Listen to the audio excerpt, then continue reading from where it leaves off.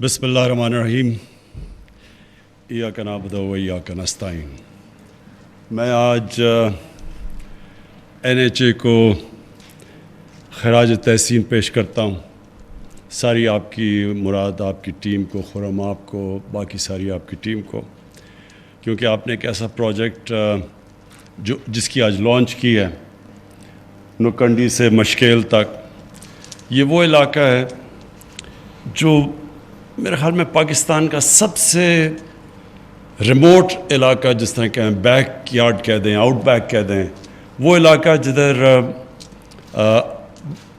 70 سال سے ہمارا ملک جس کو بھول چکا تھا، یہ وہ علاقہ ہے۔ میں بلوچستان کافی پھرا ہوں لیکن اس علاقے میں نہیں گیا، اور جو میں نے بلوچستان کا مسئلہ یہ ہے کہ اتنے بڑے فاصلے ہیں یہاں، اور یہ وہ صوبہ ہے کہ اگر ہم اس کو کنیکٹ کر دیں، یعنی سڑکوں سے یہ کنیکٹ ہو جائے، تو اس میں بہت بڑا پوٹینشل پڑا ہوا ہے۔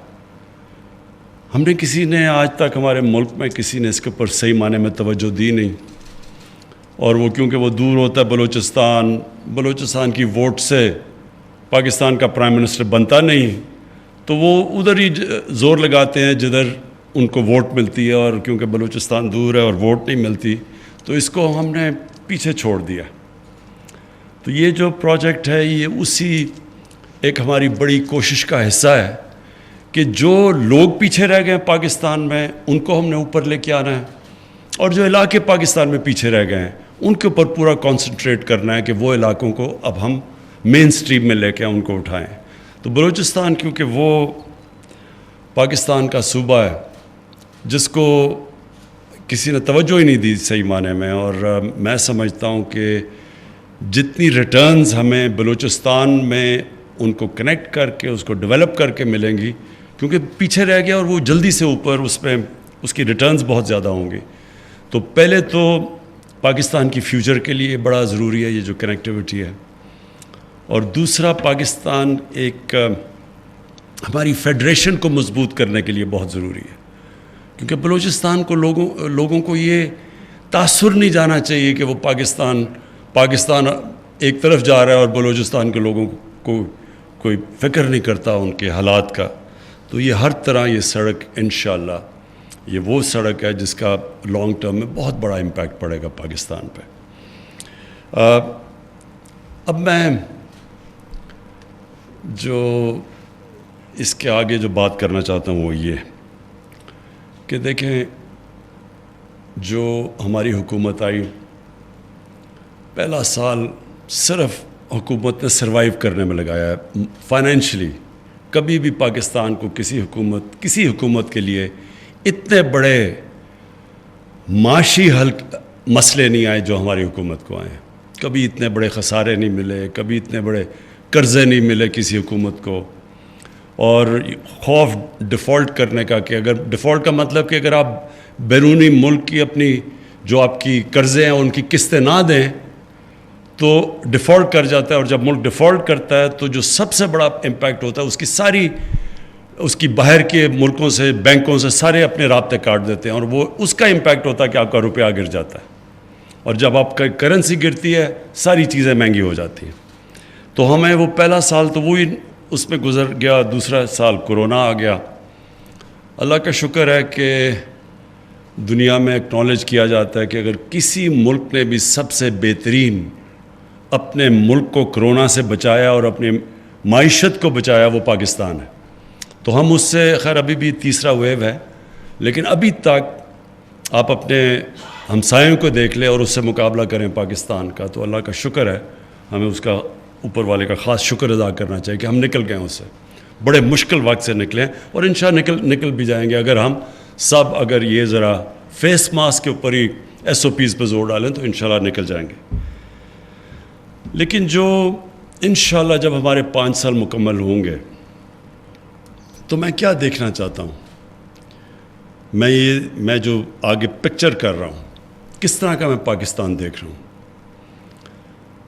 سب سے پہلے تو جو ہمارے مخالف ہیں، جو مافیاز ہیں، وہ یہ نہیں سمجھتے کہ ہم فیل ہو رہے ہیں، ان کو خوف یہ ہے کہ ہم کامیاب نہ ہو جائیں، کیونکہ پختونخوا کے اندر جب ہماری کمزور گورنمنٹ آئی، کولیشن گورنمنٹ پارلیمنٹری ڈیموکریسی میں بڑی کمزور ہوتی ہے، تو ہم کولیشن گورنمنٹ میں تھے اور پختونخوا میں ایک باری دیتے ہیں گورنمنٹ کو، اس کے بعد دوسری باری وہ نہیں دیتے. تو جب دوسرا الیکشن آیا، بار بار ہم سنتے بھی رہے کہ جی کدھر ہے نیا پختونخوا. تو جب الیکشن آیا تو پختونخوا کے اندر پہلی دفعہ ایک حکومت نے صرف واپس ہی نہیں آئی بلکہ 2/3 اکثریت لے کے آئی. اور وہ جو ہمارے مخالف تھے وہاں پختونخوا میں، وہ ساری پارٹیز کا جو حالات ہیں وہ آج آپ دیکھ ہی لیں کہ جو ساری پرانی پارٹیز تھی ان کا بہت برا حال ہے. وہی ڈر لگا ہوا ہے اب یہاں ان کو کہ باقی سارے پاکستان کے اندر اب کیونکہ فیڈرل لیول پہ ہماری حکومت آئی ہے تو ان سب کو ڈر لگا ہوا ہے کہ کامیاب نہ ہو جائے. تو اس لیے پہلے دن سے شور مچا دیتے ہیں کہ فیل ہوگی گورنمنٹ. خواہش ہے ان کی فیل ہونے کی کیونکہ ان کو اپنی سیاسی موت نظر آ رہی ہے. لیکن میں کیا دیکھنا چاہتا ہوں؟ پہلے تو میں یہ دیکھنا چاہتا ہوں کہ 5 سال کے بعد ہمارے ملک کے اندر جو سڑکیں مراد سعید نے جو بات کی ہے بالکل کہ 6000 کلومیٹر کی اب ہمارے منصوبے بنے ہوئے ہیں. لیکن ان علاقوں کی سڑکیں جن میں جو پاکستان کو کنیکٹ کر دے گا، اس میں بلوچستان میں بہت زیادہ سڑکیں کبھی کسی گورنمنٹ نے اتنی سڑکیں بلوچستان میں نہیں بنائی جو ہمارے 5 سال میں انشاءاللہ بنیں گی. اس کے علاوہ جو میں چاہتا ہوں کہ جو 2 چیزیں جس کے اوپر میں بار بار کہتا ہوں کہ ایک قوم جب عظیم قوم بنتی ہے تو اس کی بنیاد 2 چیزوں پہ رکھی جاتی ہے. اور یہ جب ہم مدینہ کی ریاست کی بات کرتے ہیں تو وہ 2 چیزوں کے اوپر وہ ایک ریاست کھڑی ہوئی تھی جو دنیا کی سب سے بڑا انقلاب آیا تھا دنیا کی تاریخ میں. تو ایک تو قانون کی بالادستی، اس ہمت بڑا سمپل ہے، تحریک انصاف کی تحریک کہ سب انصاف کا مطلب سب قانون کے سامنے ایک برابر. جب قانون کے سامنے لوگ ایک برابر نہیں ہوتے تو وہ جنگل کا قانون ہوتا ہے، مائٹ از رائٹ. جو جنگل میں شیر کے اور کوئی قانون وہ جو مرضی چاہے کرے، پھر اس سے نیچے جو طاقتور ہے وہ جو مرضی چاہے، سب سے کمزور بیچارہ چھپتا پھرتا ہے. اس کو جنگل کا قانون کہتے ہیں. اور کبھی بھی ایک معاشرے نے ترقی نہیں کی جدھر قانون کی بالادستی نہ ہو. تو مدینہ کی ریاست میں سب سے پہلے خوشحالی آنے سے پہلے قانون کی بالادستی قائم کی گئی.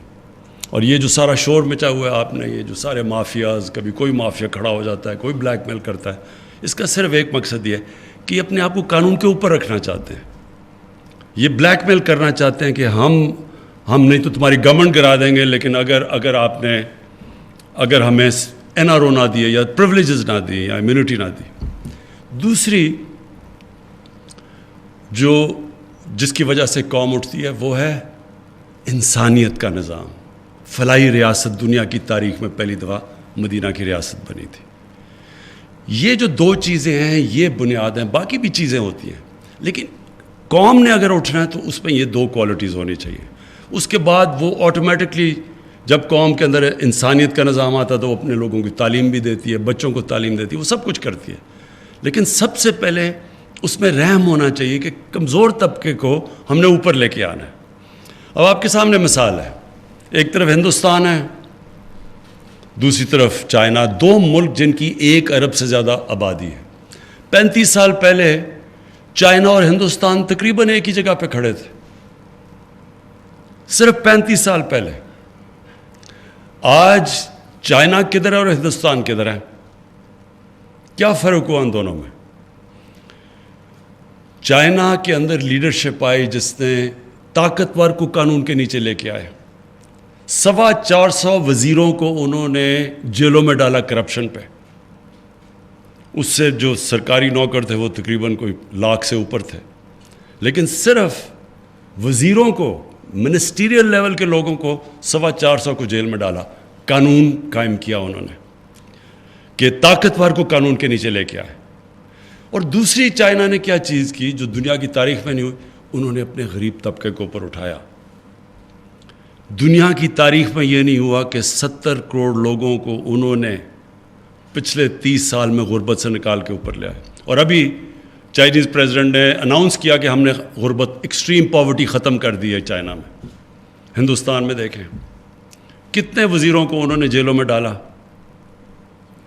اور پھر غربت دیکھیں، سب سے زیادہ امیر اور غریب میں ہندوستان میں فرق ہے.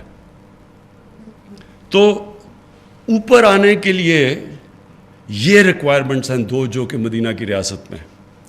طاقتور کو قانون کے نیچے لے کے آؤ، نچلے طبقے کو اوپر اٹھاؤ، فلاحی ریاست بناؤ.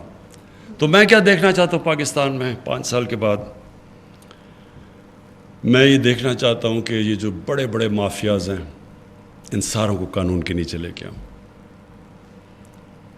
ان کو پہلی دفعہ پاکستان میں رول آف لاء قائم کریں. رول آف لاء کا مطلب ہوتا ہے قانون کی حکمرانی. جو جنگل کا قانون ہے اس میں طاقت کی حکمرانی ہوتی ہے. اگر کسی نے کلاسک اگزامپل دیکھنا ہے پاکستان میں کیا ہوا، 90 کی دہائی میں، 88 میں پیپلز پارٹی پاور میں آئے، آصف زرداری سیدھا پرائم منسٹر ہاؤس. 90 میں پیپلز پارٹی جاتی ہے، Asif Zardari prime minister house سے سیدھا جیل میں کرپشن پہ. 93 میں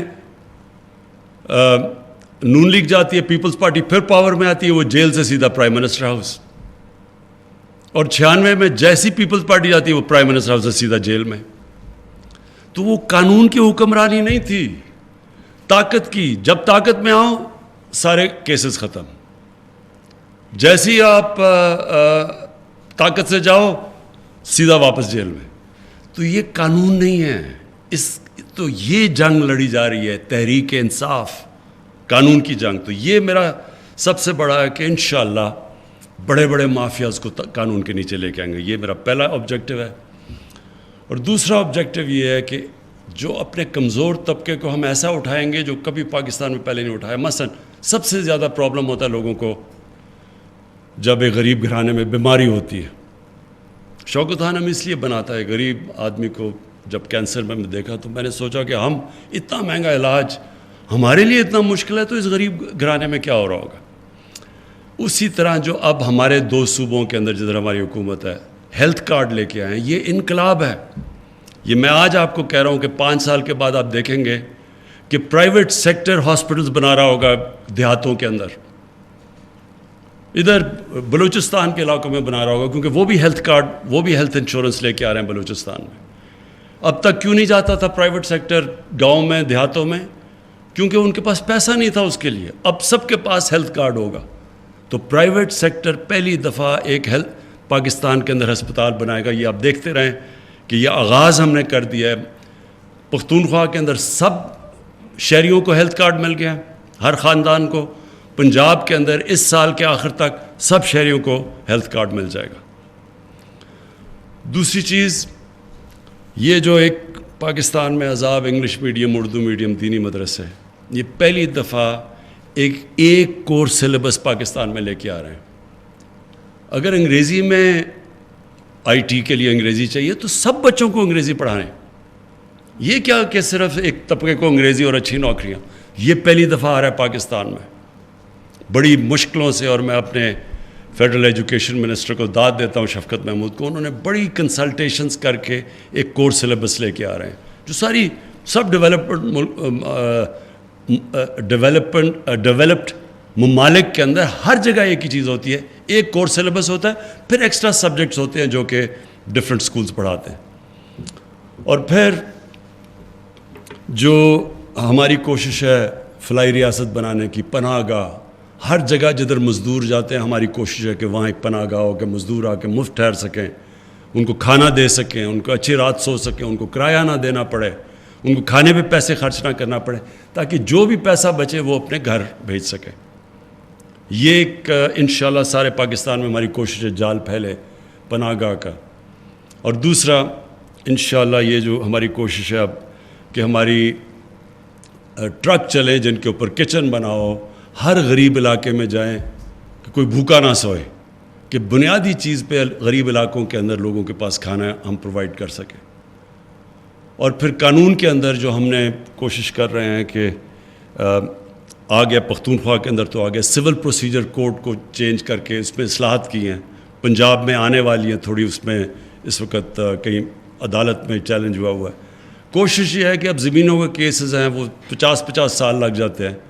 تو یہ نیا سول پروسیجر کوڈ کے سے 1 سال کے اندر کیس کا فیصلہ ہونا پڑے گا. تو اس سے بھی ایک بہت بڑا انقلاب آئے گا جو اب تک نہیں آیا. تو انصاف ملے لوگوں کو, عام لوگوں کو تعلیم ملے اور ایک موقع ملے ان کو اوپر آنے کا. اور پھر جو 2 بڑے شعبے ہیں, انڈسٹری اور ایگریکلچر, اس کے اندر ابھی بھی پاکستان کی انڈسٹری جس طرح آج اٹھ رہی ہے, میں دعوے سے کہتا ہوں کہ 50 سال کے بعد پہلی دفعہ پاکستان کی انڈسٹری اٹھ رہی ہے. جو انسینٹیوز ہم نے انڈسٹری کو دیے ہیں, لارج سکیل مینوفیکچرنگ کے اندر جو گروتھ ہو رہی ہے, یہ سارے جو ہم نے انسینٹیوز دیے ہیں, آپ دیکھتے رہیں کہ یہ 5 سال کے بعد ہماری انڈسٹری کدھر جائے گی, روزگار کتنا ملے گا. لیکن جو زرعی اصلاحات ہم کرنے جا رہے ہیں, جو ہے کسان کارڈ لے کے آئے ہیں پنجاب کے اندر, انشاءاللہ آپ دیکھیں گے کہ کسان کی ہم نے زندگی بدل دینی ہے. اور ڈائریکٹلی اس کو سبسڈی, ہمارے تقریباً 65% کسانوں کی 5 ایکڑ سے کم زمین ہے, تو ان کو ڈائریکٹ ہم سبسڈائز کریں گے, ان کی کھادیں دیں گے, ان کو کریڈٹ پہنچائیں گے, اس کو امپاور کریں گے. اور غربت کم کرنے کا یہ سب سے بڑا طریقہ ہے کہ چھوٹے کسان کی مدد. ابھی بھی آج کسانوں کے پاس اتنا پیسہ ہے کہ پاکستان کی تاریخ میں کبھی کسانوں کے پاس اتنا پیسہ نہیں آیا. 1100 ارب روپیہ اضافی گیا کسانوں کے پاس, کیونکہ پہلی دفعہ ان کو وہ قیمتیں ملی ہیں گنے کی, ان کو گندم میں وہ قیمت ملی ہے جو کبھی پہلے نہیں ملی, چاول میں, مکئی میں. تو جو 1100 ارب اضافی پیسہ گیا, اس کا مطلب کہ جو خوشحالی آئی ہے وہ آپ یہ دیکھ لیں کہ کبھی پاکستان کی تاریخ میں اتنے ٹریکٹر بکے ہی نہیں جتنے اس سال بکے ہیں. 58% ٹریکٹرز کے سیل کے اندر اضافہ ہوا ہے, اس کا مطلب پیسہ گیا ہے وہاں. موٹر سائیکلوں کے اندر ریکارڈ سیل ہوئی ہے. تو یہ اس لیے کہ پیسہ ادھر گیا, دیہاتوں کے اندر گیا. اور انشاءاللہ جو آخر میں کہنا چاہتا ہوں, ہمارا جو احساس کا پروگرام ہے, ہم نے اب پورا ڈیٹا کمپلیٹ کر لیں گے اپنے غریب سارے پاکستان کے گھرانوں کا. تو جو نچلے طبقے کے گھرانے ہوں گے ان کو ڈائریکٹ سبسڈیز دیا کریں گے.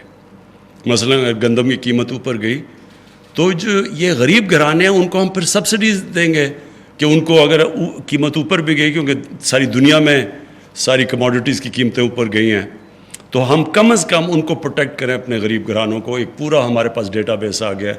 اور انشاءاللہ آپ دیکھیں گے کہ ہمارا جو آپ احساس کا پروگرام, جس کے اندر ہم اب ڈائریکٹ سبسڈی دے سکیں گے غریب گھرانوں کو. اگر مطلب بجلی مہنگی ہوگی تو ان کو بجلی کی سبسڈی دے دیں گے, اگر گندم مہنگی ہوئی, چینی مہنگی ہوئی, تو ہم ان کو ڈائریکٹ سبسڈائز کریں گے تاکہ اپنے نچلے طبقے کو ہم اس کی حفاظت کریں, اس کی مشکلیں کم کریں, اس کو تاکہ موقع ملے ان کو ہم غربت سے نکالیں. پھر سے مراد سعید آپ کو اور NHA کو میں بہت مبارک دیتا ہوں. آج وزیر اعظم عمران خان نوکنڈی تماشکیل شاہراہ کی تقریب کے منصوبے کا سنگ بنیاد رکھنے کی اس تقریب سے خطاب کر رہے تھے. وزیر اعظم عمران خان نے NHA کو شاندار کارکردگی پر خراج تحسین بھی پیش کیا.